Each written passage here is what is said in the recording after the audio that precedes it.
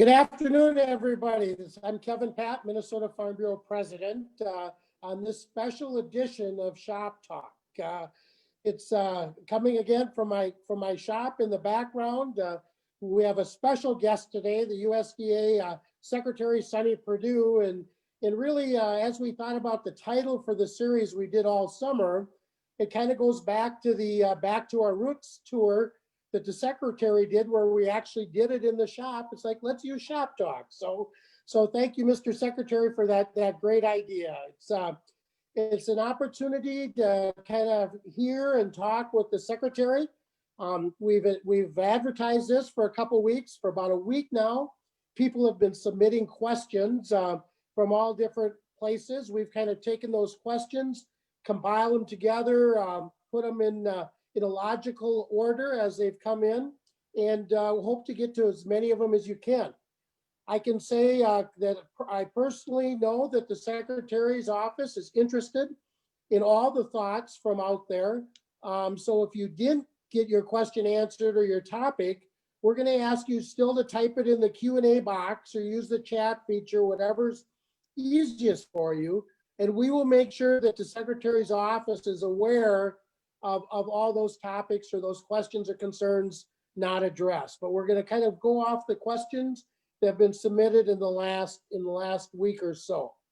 I want to certainly again thank the Secretary for his time. You know, there's a lot of commodities in this country and in this world, but the most precious commodity is time, and always appreciate that and appreciate the time on the Shop Talk series. I want to not only thank him for all he does at the national level. We're going to talk CFAP 2 in a little bit. And Mr. Secretary, you need to know, I got to remember my manners first and start with thank you.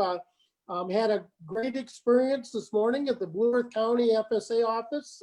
Amy and the crew took care of me, did my CFAP sign up, and everything went very well. So a shout out to Blue Earth County FSA and all those county FSA offices that are going above and beyond in these times. So with that, Mr. Secretary, I'd ask for some opening remarks, and then we'll start our conversation. So on behalf of Minnesota Farm Bureau and Minnesota farmers and ranchers, welcome to this edition of Shop Talk on Facebook as well as on Zoom.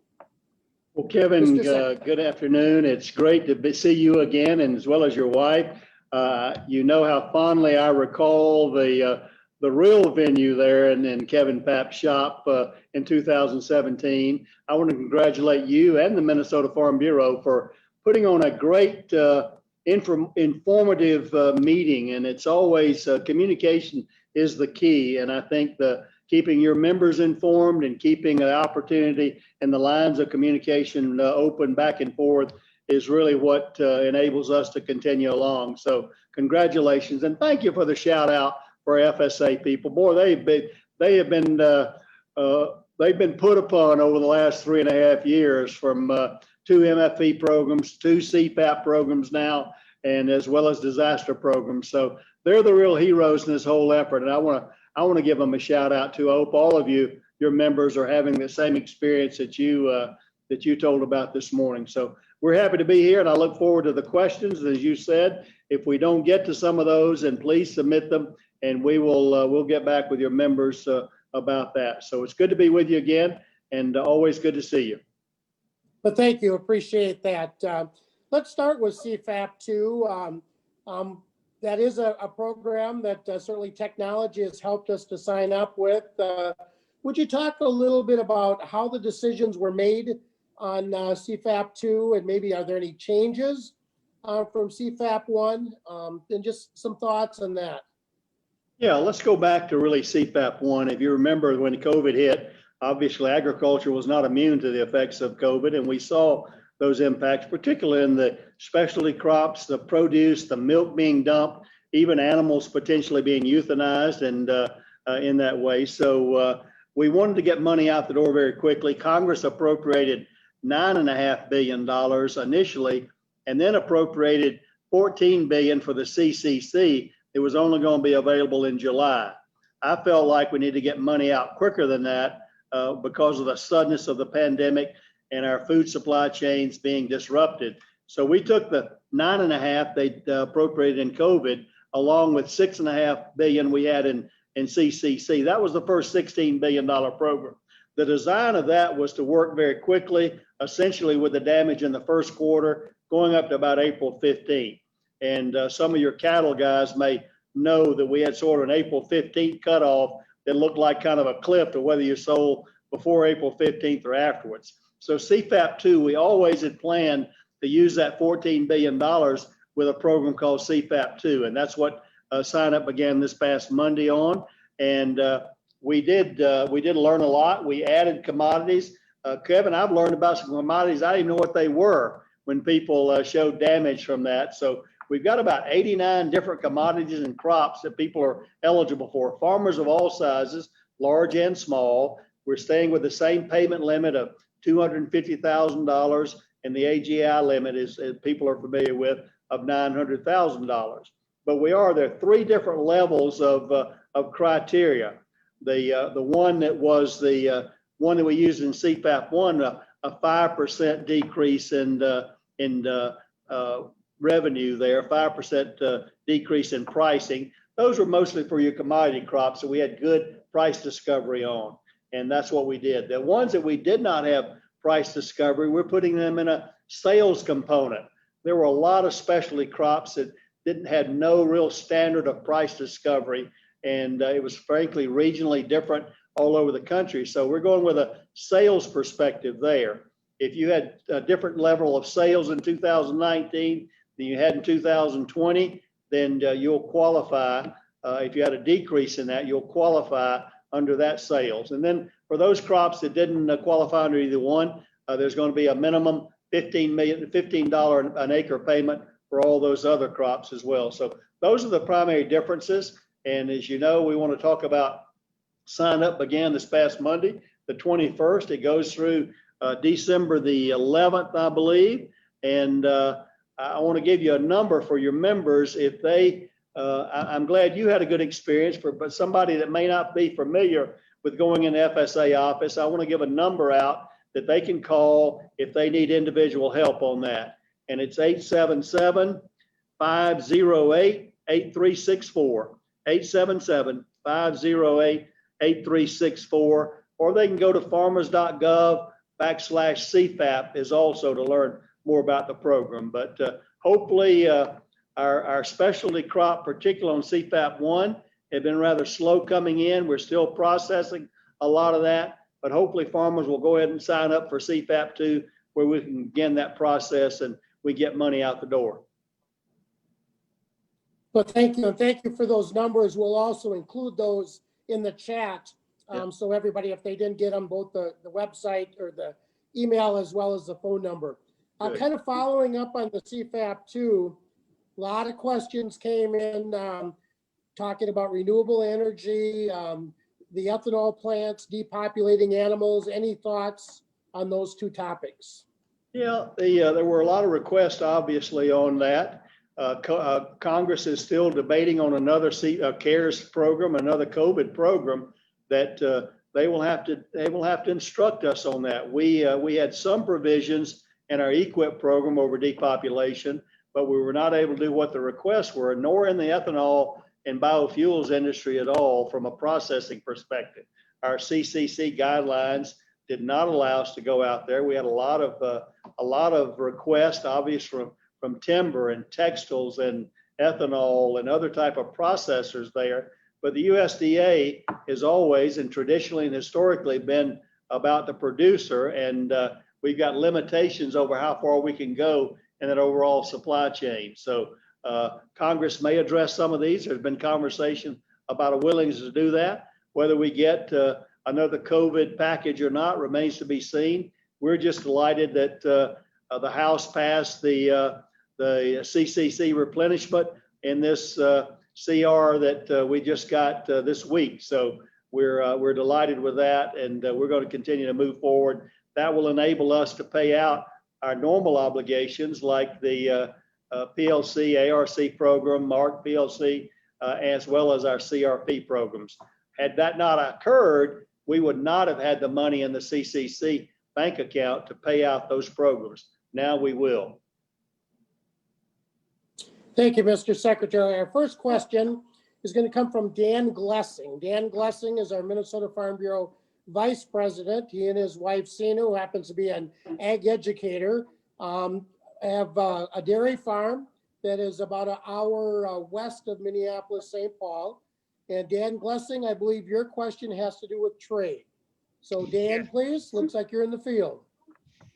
In the yard, actually, but taking care of some odds and ends with calves over here. But Mr. Secretary, thank you for the time. Certainly do appreciate you making the time for us here. My question is, USMCA and Phase 1 with China have provided much needed market opportunities for Minnesota farmers and ranchers. What, in your opinion, does the future of trade look like for agriculture?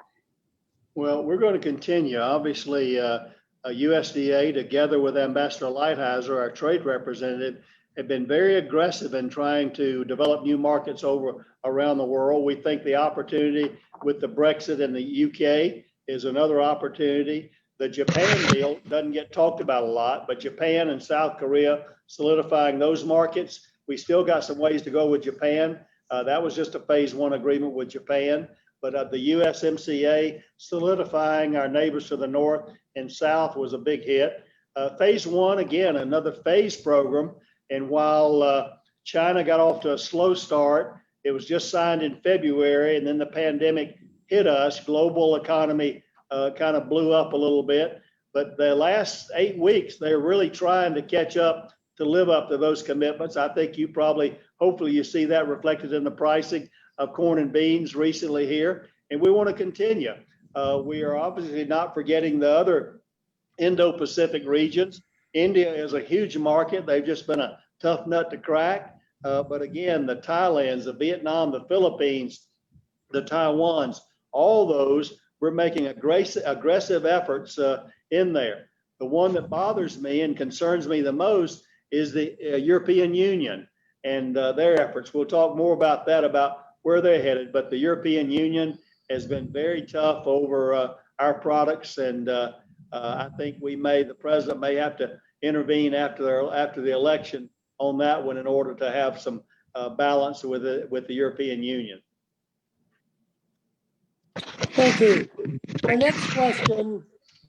next question is going to come from Ben Olander. Ben is the FFA state president, and I know, Mr. Secretary, whether it's in Washington, D.C. on Ag Day or different Washington leadership experiences, or if it's at Farm Fest here in Minnesota, you always have time for our FFA and 4-H leaders. And that's so important to our future of agriculture. So I'm going to ask Ben Olander, our state FFA president, to ask the next question. Ben?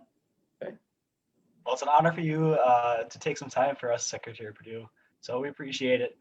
So my question is, we focus a lot on the challenges today, but what do you see as the challenges for the future of agriculture in 10 to 20 years from now? Well, Ben, I hope you and your colleagues of your age cohort can be part of this solution. What your forefathers have done a great job over the last 70 years in U.S. agriculture is producing. And we've stayed behind that farm gate and not told the story of the modern miracle of American agriculture, how our consumers in the United States have the most affordable, not just the most nutritious, healthy, wholesome food, but the most affordable there. And when we calculated that benefit to the American consumer compared to France, for instance, over the same number of people, it was $830 billion difference that our consumers pay less than people in developed countries around the world. So I'm hoping you and your colleagues can get out of behind the farm gate and communicate that story of the modern miracle. I'm concerned, frankly, Ben and Kevin, that we will forget. I think the food supply chain came to a lot of people's minds with the COVID thing, and they understand more where it comes from now. But we see the European people getting so comfortable. They haven't been hungry since World War II, and now they're trying to constrain the technology of agricultural production in a way that's going to be very detrimental to the productive capacity and the ag technology that moves forward. We've got to be very careful. We've got to get ahead of that curve, Ben, and you all are the generations to communicate that we want to have environmental responsibility, we want to have social responsibility, but we also got to have economic sustainability for our farmers if people are going to continue to eat. Your generation actually can be more successful in communicating that message than Kevin and my generation can. So that's where you can help. That's the thing that bothers me about the future of ag.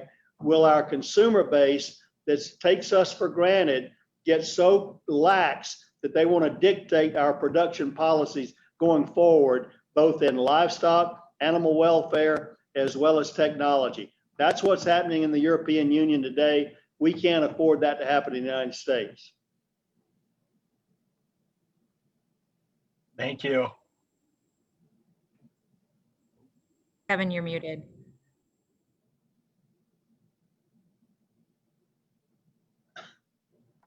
Thank you, Ben, for that, and thank you to the entire state officer team that's joining us today.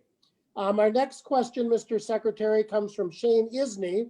Shane is a farmer in northern Minnesota, about 400 miles north of when you were on our farm here. Shane serves on our board of directors, as well as the American Farm Bureau Issue Advisory Committee on Farm Policy. And I believe, Shane, your question, it looks like from the tractor or combine seat, has got to do with Farm Bill. Shane, go ahead, please. Yes, thanks for coming to Shop Talk today, Secretary Perdue. We sure appreciate it. And it's a thrill for me to join you today and ask you a question. And yes, I truly am in northwestern Minnesota, about 20 miles from the Canadian border. And I'm actually out in one of our fields combining soybeans as we speak here. So kind of a gloomy day here, a little bit cloudy today, but we're trying to get some soybeans in the bin. So but yes, again, quite a thrill to be with you. And my question is as follows. While we are in unprecedented times and appreciate all the help this administration has given the American farmer, the last few farm bills were designed to eliminate the need for some of these ad hoc programs we've had the last few years. Do you see us returning to some of the intended framework of these farm bills? Shane, that is a great question, and I'm glad you asked it. I'm also just delighted to see you in the combine there. I hope those beans are going 75 to 85 bushels out there that you're harvesting. And that's the real answer to your question. I don't know a farmer in America that doesn't want to get back to a good crop at a fair price, and that's what our desire is, through exports, through trade as well. President Trump, when he went after China as an unfair player over a number of years, he knew there would be some pain. That's why he authorized us to come up with a program to help fill in that. But the good news is, I want us to get back to farming. I want us to get that check across the scales rather than the mailbox. And as I said, I think most farmers feel the same way. And hopefully we can do that soon. We're seeing some numbers out of our economic chief economist now that says that our farm income will be back over that 20-year average. That's good news. I love soybeans in double digits now, and hopefully rising wheat and corn prices as well as others. And we want to get back. So I think really the crop insurance ought to be that basic safety net program. And I hope our farmers learn more how to take advantage of our crop insurance programs as we develop better and better programs out there for crop insurance. That ought to be the primary safety net for farmers, so we can move back from these ad hoc programs as you described. I really think that's what farmers really would prefer, to get a fair crop at a good crop at a fair price, and go forward and not have to depend on a government check in the mailbox. Thank you, Secretary Perdue. Thank you, Secretary, and thank you, Shane, for that, and the report direct from the combine. You know, Minnesota is a big state, and we've talked a little bit about our American Farm Bureau Issue Advisory Committee. Our next question is coming from Carolyn Olson.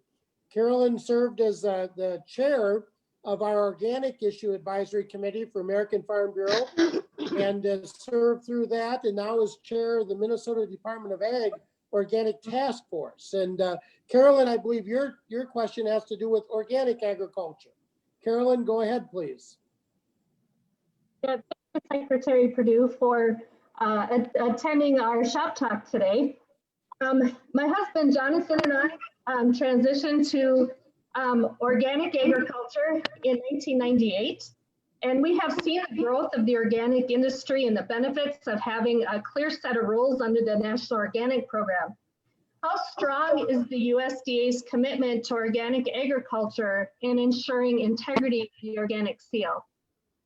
Well, Carolyn, I hope you're familiar with the recent rule that we put out publishing strengthening organic enforcement there. And one of the challenges for you all who've worked very hard in the organic industry to make that over a $50 billion industry now, obviously from a marketing perspective, preferred by many customers. But what we saw primarily from international operators were schemes and fraud that tried to circumvent the rules of that. This will help us again with the certifiers to put in more enforcement, more auditing to make sure those products, not only grown here, but primarily being imported into the United States, are truly grown under organic, U.S. organic standards. That puts you on a level playing field with anywhere in the world, as it should be. We can compete where we have a level playing field, but we have people cheating in other places. I know a year or so ago, we saw some numbers coming out of one country I won't name that were multiple yields of what it should have been per acre and claiming to be organic over that acreage. So we're committed to the integrity of the organic program. If you and your husband are abiding by the organic standards that we've determined here in this country, we want everybody to abide by that. And that's what USDA commits to do. Thank you. Thank you, Carolyn, for that question. You know, Mr. Secretary, as I see the flags in the background, I think of the flags in our Farm Bureau office. And not only do we have the U.S. flag and the Minnesota flag, the Farm Bureau flag, the two other flags that we proudly have in our office and actually travel with us in some other meetings sometimes. And that's the FFA flag and the 4-H flag, because those truly are the future, not only of agriculture, but all communities, rural communities and others. Our next person to ask a question is Jacob Runge. Jacob is from Whatwan County, so southwest, southern Minnesota, a little bit southwest. And Jacob has kind of a unique perspective. Jacob is in high school, so hopefully he's not getting in trouble skipping out of school and distant learning right now. But Jacob serves as his chapter FFA president and his local 4-H club president, kind of a dual role. So next question is from Jacob Runge. Jacob, go next, please. I'm Secretary Perdue, and thank you, President Pat, for this opportunity. My question is, what advice would you have for young people who would like to be involved in agriculture? Well, agriculture obviously has many components, Jacob, and I think you need to look far and wide and deep regarding the opportunities in agriculture for a career. I would advise young farmers and ranchers who want to start it's a little bit like coming out of college there. Many times young people get married today and they want to live in the same kind of house their parents are living in now. And so a young farmer comes out, his dad or mom may be farming 2,000 acres. He wants to farm at least 1,000 acres. And so my admonition there is to be good business people. Do a business model of risk management that you can afford. Debt, while all of us in agriculture have utilized debt to grow, debt can be good and it can be not so good. And young people in particular need to manage that leverage that they have in their operation. Start in a way that you can afford and manage that way to move forward and continue to grow organically, not like organic produce, but organically by building, doing profitable in 100 acres, more profitable in 200, 300, 400 and on up there. So don't be impatient about that.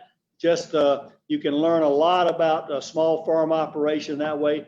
A quarter of land. Don't think you got to have the whole world to farm, because sometimes young people are great have great aspirations and they want to be just like dad or maybe better than dad or farm more than that. And we get sort of impatient for doing that. You have to remember, as a young person, it may have taken your father or grandfather a couple of generations to get where they are. So try to do that and take advantage of the programs that we have at USDA. There are programs specifically designed for young and new farmers there, and take advantage of that.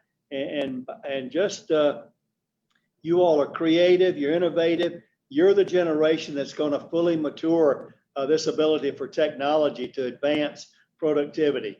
Look differently as well. There are other crops out there. I know Minnesota is a corn bean place, but there are other crops. There's a lot of food that people are consuming that you might can grow profitably right there in Minnesota. So it's a great landscape. I wish I were your age again today, as there's so much opportunity in agriculture. I'm only envious because of your age, but that's okay. I'm just as young as you are on the inside. Thank you very much for this opportunity again. I appreciate your time. Thank you, Mr. Secretary. Our next question is going to come from Sarah Kushel, who is has been a former American Farm Bureau Young Farm and Rancher committee member, and is very active in ag in the classroom and other things in agriculture. In fact, I'm not sure if you can see, she's one of the few Farm Bureau members that is a cover girl. She was recently named Farm Woman of the Year at Farm Fest in Minnesota. So Sarah, please join us. I believe your question is about broadband. Yeah, thanks for having me, and thank you for taking the time to join us here in Minnesota, Secretary Perdue. How can we ensure access to affordable and reliable broadband for all of Minnesota? Well, ensuring that we're working as hard as we can at USDA. Congress has appropriated money. We got something called a Reconnect program. We're going to be coming to Minnesota pretty soon to announce some Reconnect events. And that's really a very city speed kind of thing, a gig through fiber to the households there, and farmsteads and farm businesses, schools and other fire departments, those kind of things that way. The problem, Sarah, is it's like a nice sprinkle when you need a rain coverage. We don't have the technology to cover everything right now, all the places. And you well know it's expensive to lay this line to everywhere. But you also are the part of that generation that knows how important it is, from a telemedicine, from a distance learning, from an e-commerce, from reaching that global marketplace. We're becoming online shoppers now. And there are people all over the world that would love to have the products that we make and grow right on our farms in Minnesota and around the country. We can't participate in that if we don't have broadband. And that's why I think it's so transformative. For the last 3 years, we've been talking to the administration, and the president is pushing this money out as we speak. But we got to do more, because it is literally life-changing. The other thing you probably know, it is going to allow us to do more with less. With precision agriculture, we can be more specific where we place that seed, where we place those nutrients, stopping runoff, better water quality, those kind of things, with more productivity. So it's there are just a lot of gee whiz kind of things going on there that we need broadband to fully utilize. And I'm hoping that it'll come to your place soon. Just think, we couldn't use this technology today if we didn't have connectivity. So we need it better. I see we got some challenges in some places there, but there are a lot of holes in Minnesota and the rest of rural America where we need broadband. So thank you for the question. Thank you for your time today and for what you do for American farmer and ranchers every day. You know, Farm Bureau members and others on the call today, the first chance I had to meet Secretary Perdue was on our farm a couple years ago, a little over 2 years ago, but had numerous times. We've had him back in Minnesota and Washington, D.C., plenty of interactions. But every time you visit with the Secretary, his question to you is always the same, and that is, how's the family? And certainly Secretary Perdue, and that was his first question to Julie and I today, as well, and want to bring certainly greetings to Miss Mary and your family as well. As we talk about farm and ranch families and things like that, that is the important part. And certainly farm safety is something we need to think about each and every day. We're kind of wrapping up Farm Safety Week and really need to think about that all the time. And not only our physical safety and farm safety, but also our mental health, our mental wellness. The question that came in, and really the person I wanted to ask the question was Cynthia Christensen, our Houston County Farm Bureau president, but she's working today and not able to. But just would ask some comments or thoughts. You know, we think about physical health and taking care of ourselves, but on the mental side of it and just the emotional challenges out there in agriculture, whether it's severe weather, whether it's price uncertainty, whether it's trade uncertainty, all those things out there. Would you just kind of talk a little bit about what are the things that farmers and ranchers need to be thinking about, and what can USDA do to kind of help with the whole mental wellness, emotional health of agriculture? Kevin, you're exactly right. Obviously, farming is a critical industry, and we're around a lot of machinery. So the physical aspect of staying safe and healthy is critical. But you brought a good point. Farming is also very mentally challenging, very emotionally challenging. It's like a roller coaster sometime. And I remember when we were farming, I mean, the anxiety of whether that rain cloud that we saw off in the distance would bring us that much needed rain for those parched soybeans, and watching them bypass and the heartbreak that goes, as well as other things. You can imagine the Iowa farmers on this windstorm here recently, just a few weeks ago, almost just a few weeks away from harvest of maybe 250 bushel corn, and then the next day seeing it lying flat on the ground. So there are a lot of emotional, mental challenges here in farming, and we need to be mindful of that. USDA, in working with others, has created some things. Our Farm and Ranch Stress Assistance Program network supports some projects like that. We also awarded some grants in NIFA to help design, work with like 4 different regions there of working on emotional health, mental health for our farmers. But ultimately, Kevin, what you and I both know, it's really those that closest to us that can make a difference. And it's our family network, first of all, but it's our farm family network. It's our community network. That's why organizations like Farm Bureau are so important. When you see somebody's dauber down and you can just sense that emotionally they're not right, that you've known them and you can see a difference, we've got to take the responsibility personally as family members, as farm family members, as community family members, and as organizations like the Farm Bureau to come around them and support that person and let them know that somebody cares about them. It's always tragic. I've had friends that have committed suicide and I had no idea. That always will happen. But nonetheless, when people are depressed, there's symptoms that we ought to be alert to within a community. That is the most powerful thing we can do. This is a people-to-people business, and we farmers are so proud and sometimes so independent, we won't let anybody inside that shell when we're hurting. And yet we've got to be very persistent in working with our neighbors and those that we know in our community that we know are hurting. They're emotionally in pain, and let's get out there and support one another person to person, member to member out there. Thank you.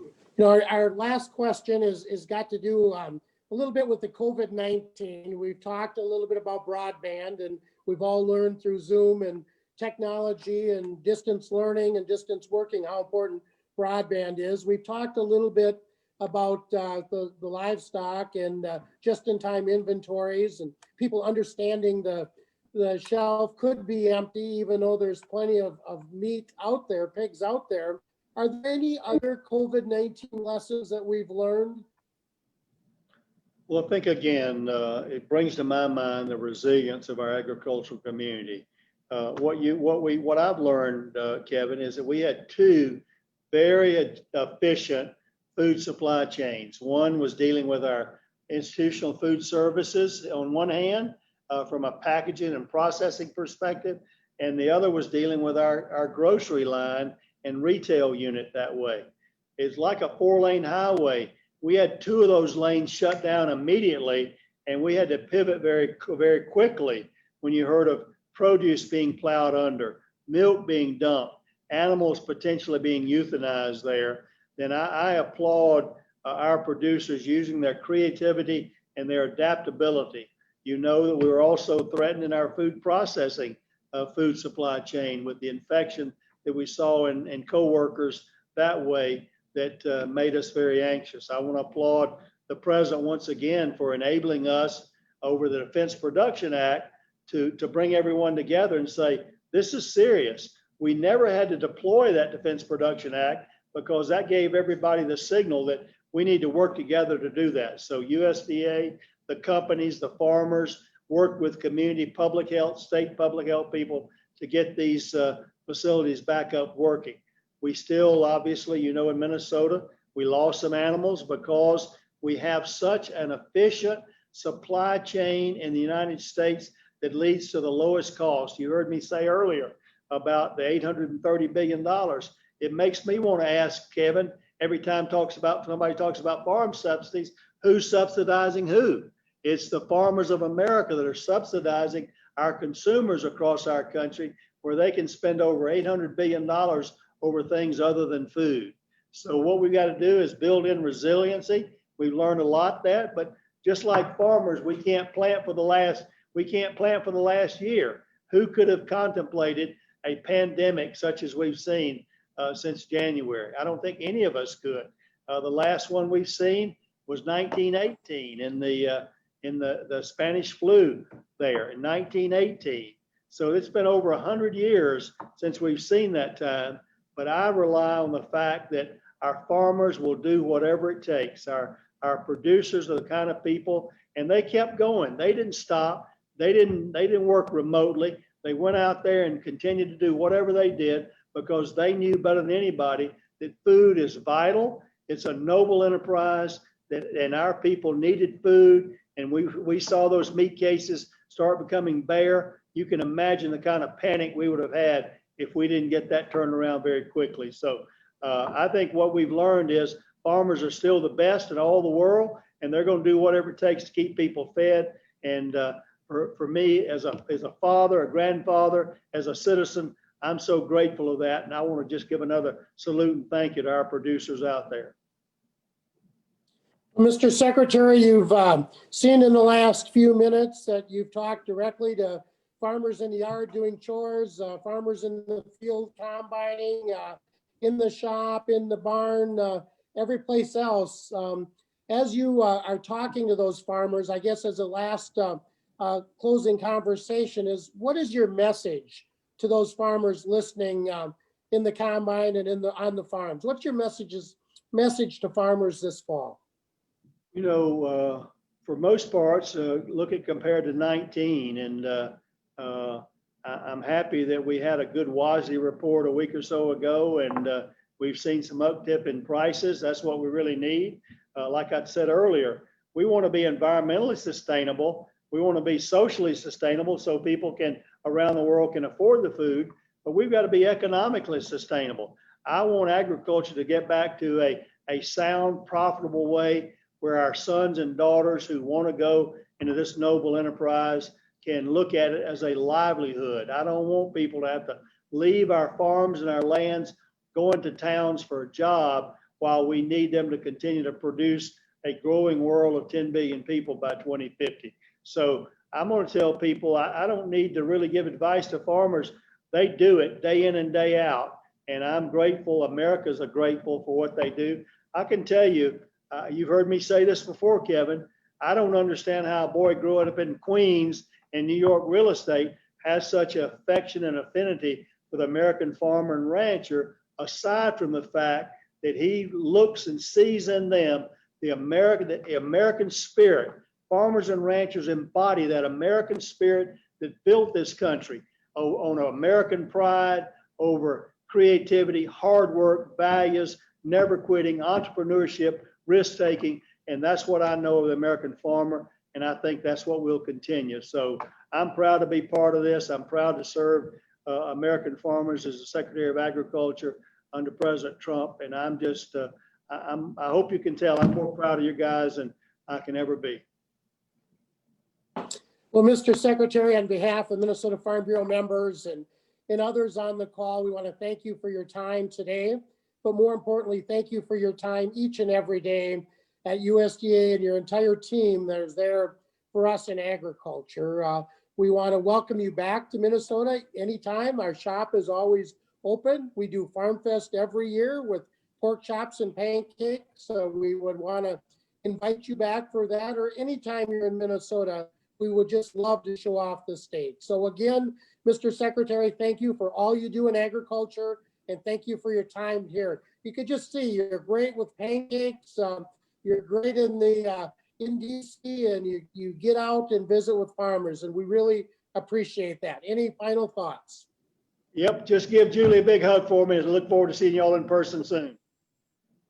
All right, thank you, Mr. Secretary, for your time. We will let you get back to work. Thank you. Farm Bureau members, I hope you, and others, I hope you appreciated the opportunity to hear. We did have quite a few questions come in and other thoughts, so we will put those together, and those will be forwarded to the USDA Secretary's office, and to make sure that we can get those addressed as well. Again, I don't think we can say it too much. You know, Farm Safety Week is not just about farm safety during Farm Safety Week. We need to think about it each and every day this fall and throughout the entire year. So think about that. And it's not just physical, it's also that mental as well. So everybody be safe out there. At this time, I'm going to turn it over to Karen Schaefer, our Executive Director, to make a few comments and maybe some announcements. Karen. Well, thank you, President Papp. What an exciting day to be honored to have that time with Secretary Perdue. Thank you to everyone who submitted questions. We were really impressed with the quality of questions that came in, and grateful that we had this devoted time with him.